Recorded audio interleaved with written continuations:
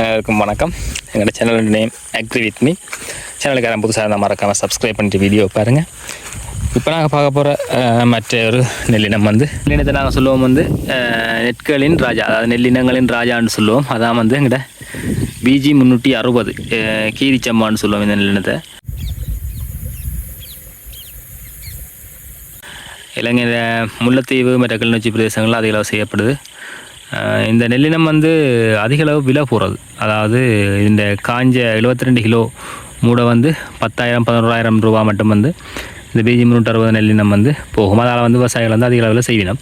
ஆனால் இவரில் இருக்க ஒரே ஒரு பிரச்சனை இவர் நோய் பீடைகளுக்கு தாங்க மாட்டார். உடனே அதிக அளவான நோய் பீடை தாக்கம் அதிகமாக இருக்கும். குறிப்பாக தத்தி தாக்கம் எல்லாம் மிக விரைவாக இருக்குது. மற்ற வெள்ளங்கள் வறட்சிகள் இதையும் இந்த நெல்லினம் தாங்காது. வத்தலகொட விவசாய ஆராய்ச்சி நிறுவனத்தால் வெளியிடப்படுது. அதான் BG 360. இதுவும் ஒரு 3.5 மாத நெல்லினமாக காணப்படுது. சம்பா வகையை சேர்ந்தது. இதில் நாங்கள் கூறாலாம் பார்த்து நாங்கள் எல்லாம் நாடு வகை. இது சம்பா வகை. இதை தாங்க கீரிச்சம்மான்னு சொல்லுவோம். இதில் அரிசி மிகவும் சுவையானது. குறிப்பாக இந்த ஹோட்டல்கள் பெரிய பெரிய ரெஸ்டாரண்ட்டுகளுக்கு சாப்பாட்டுக்கு பயன்படுத்துகிற அரிசி இந்த கீரிச்சம்பா அரிசியை தான் பயன்படுத்துவாங்க. நீங்கள் அண்மையில் கேள்விப்பட்டிருப்பீங்க, இலங்கையில் ஒரு நபர் ரோல்ஸ் ராய்ஸ் எடுத்திருந்தார். ரெண்டாவது பெரிய பேசுபொருளாக போச்சுது. அவர் வச்சிருக்கிற அரிசி ஆலயம் அரளி என்று சொல்கிறது. அதுவும் இந்த கீரிச்சம்பா நெல்லை தான் அதிக அளவில் உற்பத்தி செய்கிற, அதாவது இப்போ அறுவடைக்கு பிந்தி அரிசி ஆக்கிற ஒரு நிறுவனமாக காணப்படுது. அந்த அளவில் இந்த டிமாண்ட் மிக அதிகமாக இருக்குது. இந்த உயரம் பார்த்திங்கன்றால் 2 அடியை விட குறையத்தான் இருக்கும்.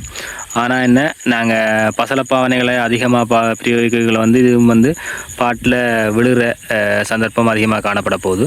அது மாத்திரம் இல்லாமல் நாங்கள் பசலப்பாவனையை அதிகமாக பாவிச்சு மற்ற மிக நெருக்கமாக இந்த பயிர விதைக்கைகளை நோய் பீடைகள் மற்றும் பாட்டில் விழுகிறது அதிகமாக இருக்கும். இந்த விலை தான் இதுக்கான டிமாண்டுக்கான விவசாயிகள் அதிகம் செய்கிறதுக்கான காரணமாக காணப்படுது. மற்ற இந்த சுவை, இந்த நெல்லினத்துக்கு இன்னொரு குணம் இருக்குது, அதிக அளவு மட்டம் படிக்கிற குணம் இருக்குது. அதால் நாங்கள் அந்த பரஷூட் முறையை மற்றது நாற்று நடுற முறையில் கூட சக்ஸஸ் அளிக்கும், ஏனெண்டா வெற்றி அளிக்கும். ஏனெண்டா மட்டம் படிக்கிறதால அந்த இடங்களை இது நிரப்பி நல்ல ஆரோக்கியமாக வளரக்கூடியதாக இருக்கும். மற்றபடி இந்த விளைச்சலை பார்த்தோம்னா அதிக விளைச்சல் இருந்தது ஆரம்ப காலங்களில். இப்போ 3 தொடக்கம் 3.5 அப்படியான விளைச்சல்லாம் இது இப்போ ஹெக்டேருக்கு கிடைக்கக்கூடியதாக இருக்குது. அதுவும் இந்த நோய் தாக்கங்கள் ஏற்படுறதால அது கூட கிடைக்காத அளவிலையும் தற்போதைய காலகட்டங்கள் நடக்குது. மற்ற நாங்கள் எந்த நெல்லினத்தை விதைச்சாலும் நாங்கள் அதிகளவான வித நெல்லை பாவிச்சு நெருக்கமாக விதைச்சு மற்ற அதிகளவு பசல பிரிவுகளும் ஏற்பட்டால் எங்களுக்கு பூச்சி தாக்கம் நோய் தாக்கம் ஏற்படும்.